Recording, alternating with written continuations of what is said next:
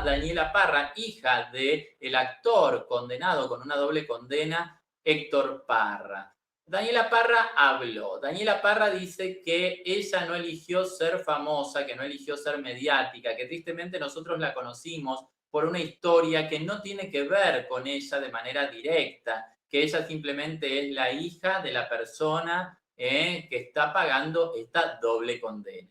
Ella dice que creció de alguna manera de la noche a la mañana con la historia de su padre, que aún con ese dolor, toda esa preocupación y apoyando a su padre, continuó estudiando y terminó recibiéndose, es profesional, es universitaria, tiene su novio, se llama Diego, que en algún momento quisieron hacer ver, empezaron a contarnos una historia supuestamente de pitufos y que la pitufina no era la pitufina y que el novio de la pitufina estaba con el pitufino mayor, que se pitufinaban y que en realidad era toda una pantalla y que en realidad el novio daban a entender como que el novio de Daniela Parra era novio de Héctor Parra. O sea, toda una cosa demencial, que podría haber sido, qué sé yo, quizás tal vez, cada casa, cada familia es un mundo. El mundo está lleno de gente buena, mala, linda, fea, perversa, degenerada, de todo. Pero digo, tenés que tener la mente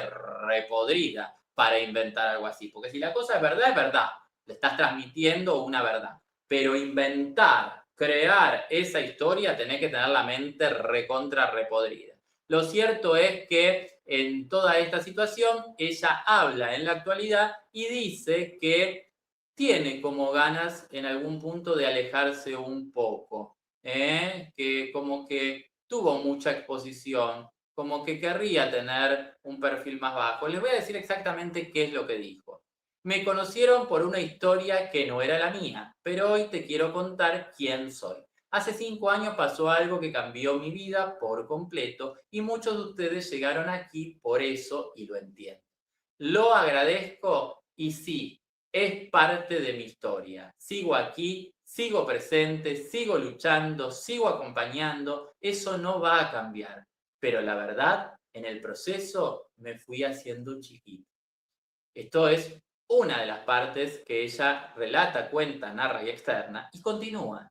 Dejé de subir cosas, dejé de compartir etapas, dejé de mostrar quién soy ahora, porque sentía que todo lo que subía iba a estar ligado a esa historia. Sé que no soy la única a la que le ha pasado algo así. A veces la vida nos pone una etiqueta tan grande que terminamos viviendo alrededor de ella y olvidándonos de quiénes somos en este momento.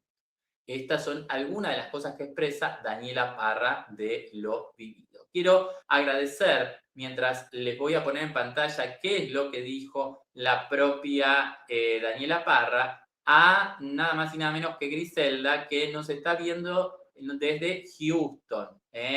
Ahí también quiero agradecerle a Gloria Reyes, que dice, por favor, no se olviden de poner su like. Así que háganle caso a Gloria Reyes, no se olviden de poner su like, que es gratis, no cuesta nada. Vamos, señoras y señores, a ver qué es lo que dijo nada más y nada menos que Daniela Parra, que como ustedes saben, se hizo cargo de alguna manera de la historia de su padre para ayudarlo, apoyarlo, algo que viene haciendo hace ya varios años, exactamente 5. Vamos a Me conocieron por una historia que no era la mía, pero hoy te quiero contar quién soy. Hace 5 años pasó algo que cambió mi vida por completo y muchos de ustedes llegaron aquí por eso. Y lo entiendo, lo agradezco y sí, es parte de mi historia. Y sigo aquí, sigo presente, sigo luchando, sigo acompañando. Eso no va a cambiar. Pero la verdad que en el proceso me fui haciendo chiquita. Dejé de subir cosas, dejé de compartir etapas, dejé de mostrar quién soy ahora porque sentía que todo lo que subía iba a estar ligado a esa historia. Y sé que no soy la única a la que le pasa. A veces la vida nos pone una etiqueta tan grande que terminamos viviendo alrededor de ella, olvidándonos de quiénes somos en este momento. Y hoy soy una mujer que está cambiando, una mujer de 28 años que está emprendiendo, que está tomando decisiones que dan miedo, que está moviendo cosas que parecían seguras, hasta mi negocio está por transformarse. Y entendí que no puedo vivir esta nueva etapa si sigo sintiendo que este espacio no me pertenece. No quiero que estén conmigo por una etiqueta, quiero que si se quedan, estén conmigo por lo que hago, por lo que estoy intentando construir, porque conectan conmigo. Porque al final todos estamos en el mismo camino, equivocándonos, empezando desde cero, aunque tengamos miedo. Solo quiero volver a disfrutar esto y volver a compartir sin miedo. Y si tú también estás en una etapa de cambios, quédate.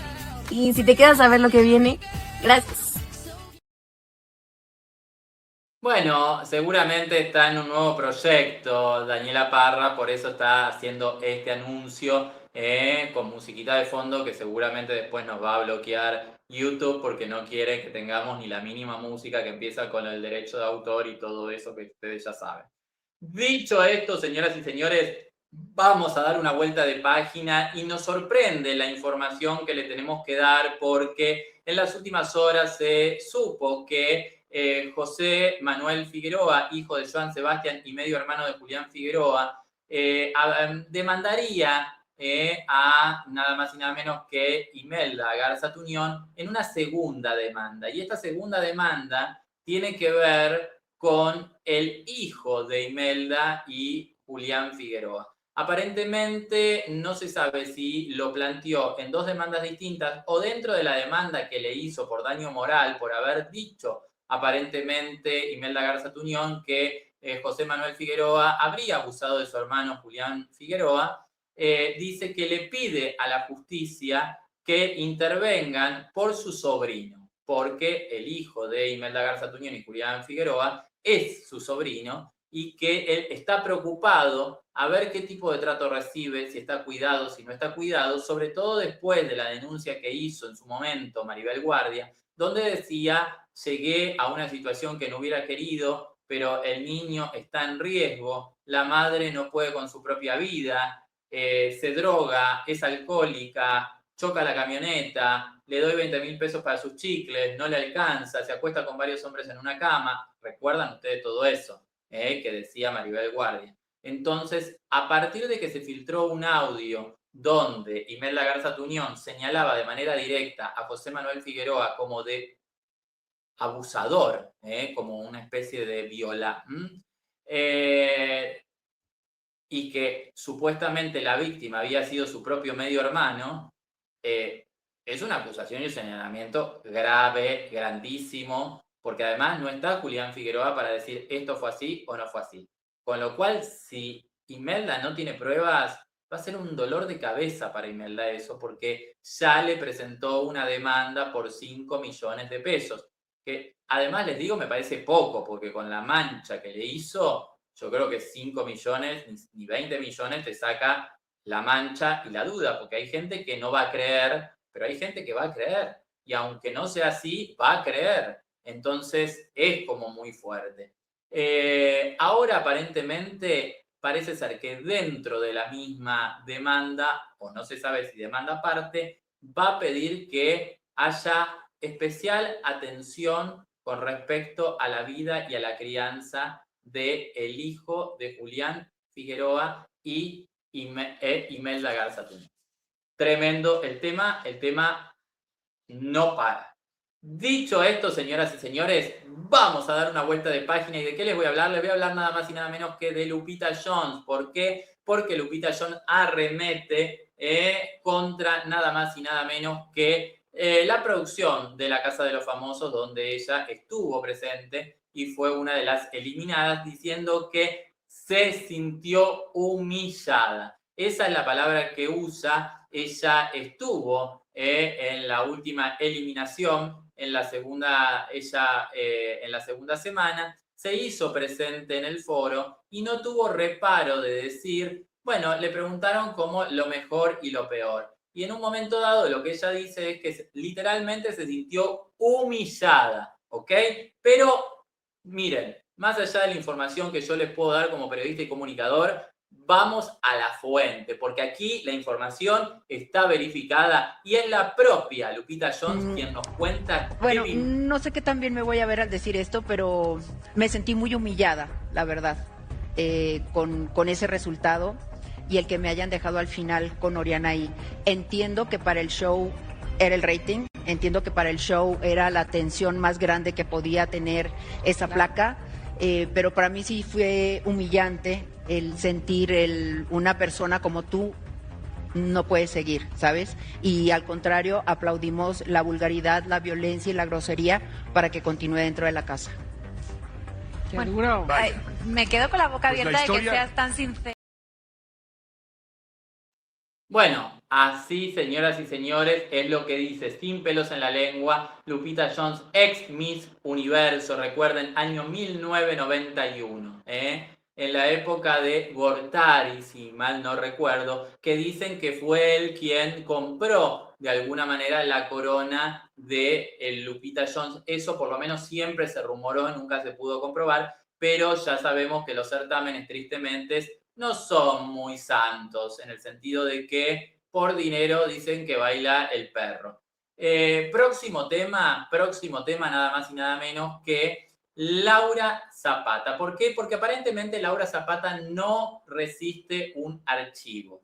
Laura Zapata se habría hecho presente en un programa de televisión hace varios años y contó, narró, externó su triste y lamentable historia detrás del secuestro.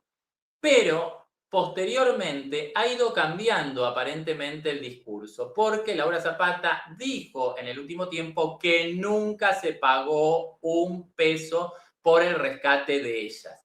En ese momento, en esa presentación, en esa entrevista que le voy a mostrar yo a ustedes, que fue hace varios años, ella dijo que por ella no pagaron, pero por su hermana Ernestina habrían pagado $5 millones, o al menos $5 millones era lo que pedían los secuestradores. Ahora, cosa rara, todo fue muy raro, porque ella salía del teatro, la hermana la había ido a ver, vienen estos tipos y quieren secuestrar a Laura Zapata. Parece ser que Laura Zapata empieza a gritar, ella es mi hermana, ella es mi hermana. O sea, se la iban a llevar a Laura Zapata. Y Laura Zapata empieza a gritar, ella es mi hermana, ella es mi hermana. ¿Qué hicieron los secuestradores? Brum, a las dos. Después, las tuvieron más de un mes en cautiverio. Pero en un momento dado sueltan a Laura Zapata para que vaya a negociar el dinero para el rescate de ellas. Ella ya estaba suelta. En algún momento ella contó como que fue a negociar y después volvió al lugar donde estaba secuestrada. Que habló con García Luna, que terminó siendo un delincuente que está condenado en Estados Unidos, que supuestamente era el jefe de la seguridad. Y era una época donde empezó a haber secuestros, ¿se acuerdan?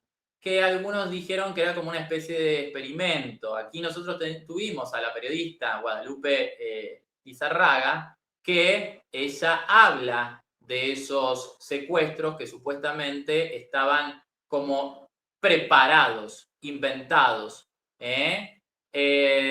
y pone de alguna manera en duda algunas cosas y habla del caso Wallace, porque había secuestros, había desapariciones, que no es que no existan. El tema es que si existen, hay que solucionarlo. Y si son ficticios, o sea, si están preparados a propósito, es gravísimo, es más grave aún. Lo cierto es que no coincide, porque ella en las últimas entrevistas, Laura Zapata, dice que nunca se pagó un peso por el rescate de ellas. Y había otra versión que supuestamente Thalía y Tommy Motola habían puesto el dinero para liberarlas. Ella en esta entrevista dice, por mí no pagaron, por mí no pagaron. Pagaron por Ernestina, porque a mí me soltaron para que yo vaya a negociar. Y la pregunta es, ¿por qué la soltaron a ella para que vaya a negociar y no la soltaron a Ernestina? ¿Por qué a través de los años una única verdad, una única historia, la cuenta de diferentes maneras?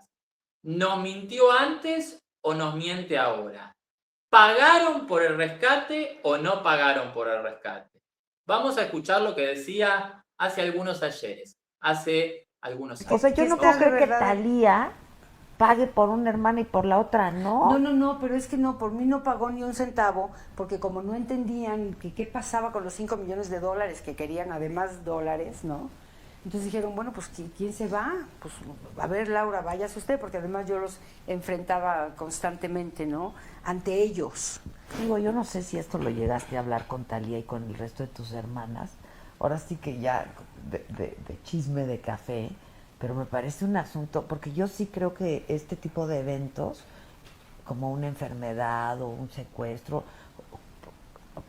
o sea, afectan a la víctima y a la familia por completo, o sea, es una cosa pero brutal. Sí es una familia pero que porque, tiene, o sea, yo no está puedo creer que verdad. Thalía pague por una hermana y por la otra no. No, pero es que no, por mí no pagó ni un centavo, porque como no entendían que qué pasaba con los 5 millones de dólares que querían, además dólares, ¿no?